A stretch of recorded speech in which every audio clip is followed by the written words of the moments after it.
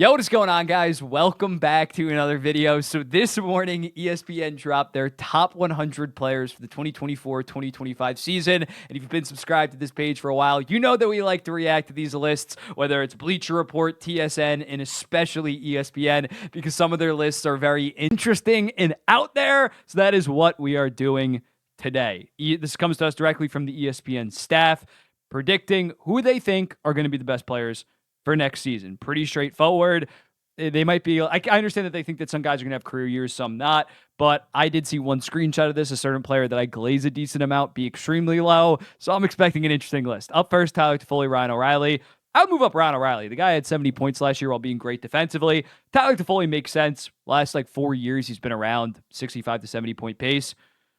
Seth Jones, he's overhated at this point. He's not overrated. He was overrated in 2021. He is a little bit overhated. Still wouldn't put him on this list. Definitely not. Hampus Lindholm, yeah, he fell off a decent amount. Oh, Slavin that low.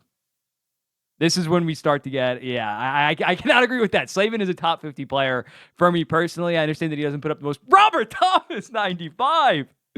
This is factoring in goalies. So I do my own top 50, and I don't have goalies in it. But I have Slavin 35th in my top 50, and Robert Thomas was 46th. That is nuts, dude. How did he fall after he had 86 points, set a career high in goals and assists on not that good of a Blues team? Vince Dunn, again, I think Vince Dunn is underrated as hell. Don't have him in my own personal top 50, but he would probably be top 75 for me. Sergachev, he's a tough one to kind of grade rank considering the fact that he didn't play most of last year. He's coming off but you can't have Luke Hughes ahead of Sergachev, ahead of Vince Dunn, ahead of Robert Thomas. You just can't do that, ESPN. You just can't. Pietrangelo, that's fine. He's a little bit overrated right now, but I think within the top 100 is fine. Sam Bennett, after his playoff run, maybe not the most prolific regular season performer, but I understand him having 90th. He's a player that's just built for the playoffs. Malkin, 89, did fall off a little bit last year. No longer an offensive point per game beast, but still a very good second line center. DeBrincat, fine. Connor Ingram, putting him that high after one season. I think Connor Ingram can be very good, but ahead of proven guys like DeBrincat, Malkin.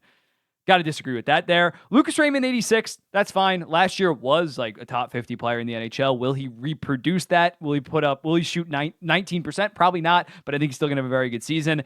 Adrian Kempe is underrated. He almost made my own top 50. He's been around the point per game, 35-ish goal guy the last 2 to 3 years. Mackenzie Weegar should be a little bit higher. Bobrovsky, that's fine. Devon Toews is interesting. He did have a bit of a down year last season, but still definitely top 100. John Tavares, I'm fine with that. Lafreniere, that high. I understand that maybe you think he's going to take another step this year, and he was very good without any power play time last year. Wouldn't put him. He's definitely, I wouldn't put him over Tavares and some of the other guys. Definitely not Robert Thomas. Bratt, that is low. Dude was point per game last year, and that was with Jack Hughes dealing with injuries. Zach Hyman, pretty goddamn low. Hurdle, Nuge, 76 is about fair. You never, when he had 104 points and people were putting him top 30, that was ridiculous. Brandon Montour, okay. I think Zach Werenski is underrated. He's a top 50 guy for me, but again, that's no goalies in my personal one.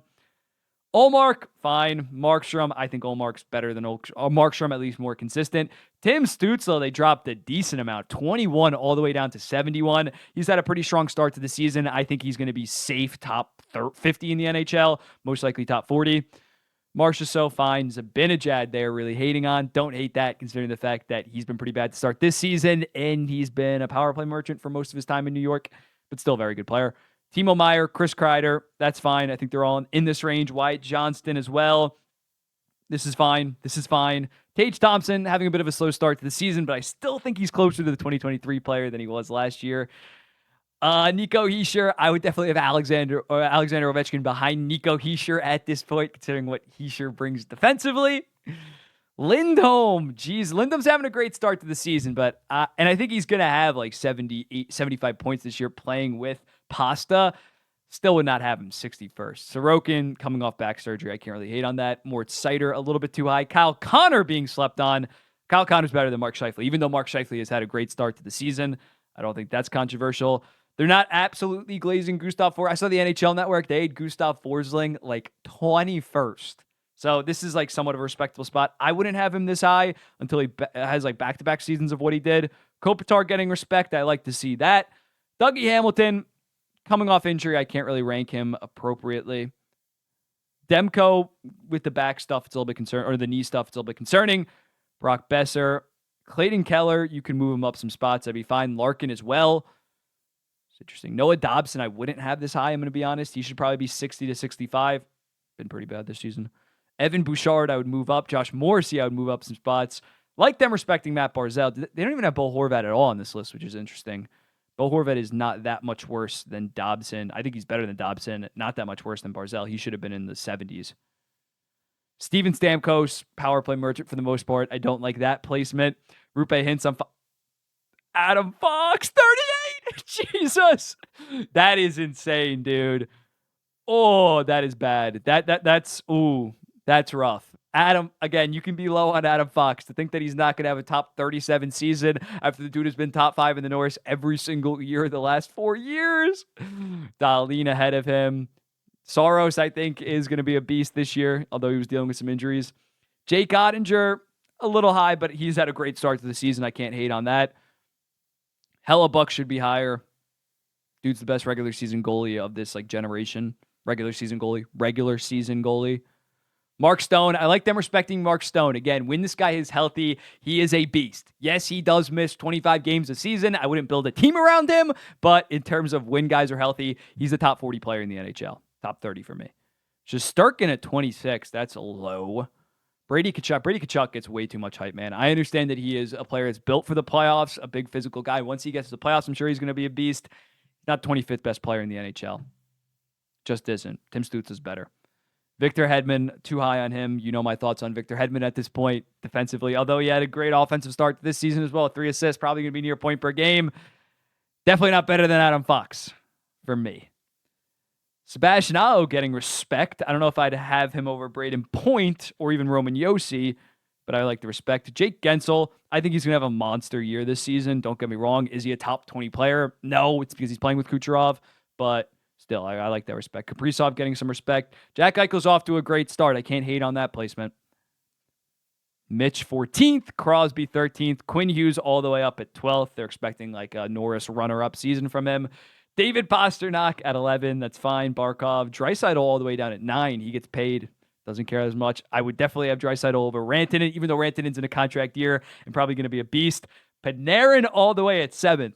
Not sure he's going to replicate what he did last season, personally. I still think he's probably going to be around the 100 points. Austin Matthews all the way at 6th. They have Matthew Tkachuk ahead of Austin Matthews. I guess Matthews is off to a slow start right now, but I am taking Austin Matthews all day. Cale Makar 4. McKinnon, who's number 2? Kucherov? Kucherov, number 2. Okay, I guess. I guess you can think that maybe he's going to have a better season than McKinnon. Obviously, Kucherov's not as good as McKinnon. But then McDavid at number 1. So yeah, there is some weird placements up in 60 through 100. Adam Fox all the way at 38th. An ESPN cook. This is definitely an ESPN list through and through with some controversial takes. Hedman 23rd. Let me go through this. Tkachuk again 25. Some people overrate the hell out of him, and I'm an Ottawa guy. Reinhart 30. Otter all the way up at 33. That is just that's where you really lose me. But also no Bo Horvat in the top 100. Don't like that. Brock Besser all the way at 51. I think that's a little bit high. Faber at 53. I can't get down with quite yet. Forsling 56. Yeah, it's interesting. They're expecting a monster season from Lindholm. Stützle all the way down at 71. He's off to a great start right now. They're going to be wrong. But yeah, let me know in the comments. What do you think about this list? Let's go all the way to the top. This was still crazy. Slavin all the way at 96th. Or Seth Jones cracks the list. Let me know in the comments. What do you think about this list? Who would you move up? Who would you move down? Who would you put on? I'd put Bo Horvat on there.